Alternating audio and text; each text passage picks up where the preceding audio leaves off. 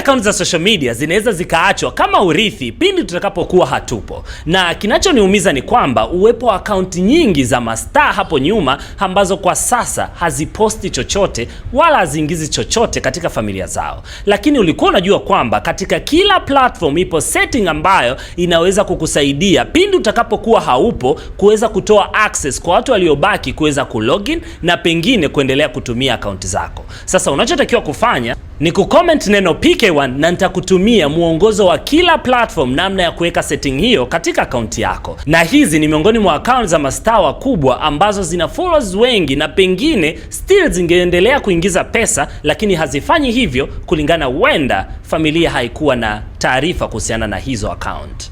Mfano, Michael Jackson mwaka 2025, yani mwaka jana, aliweza kuingiza dola za Kimarekani milioni 105 kutoka katika platform zake zote.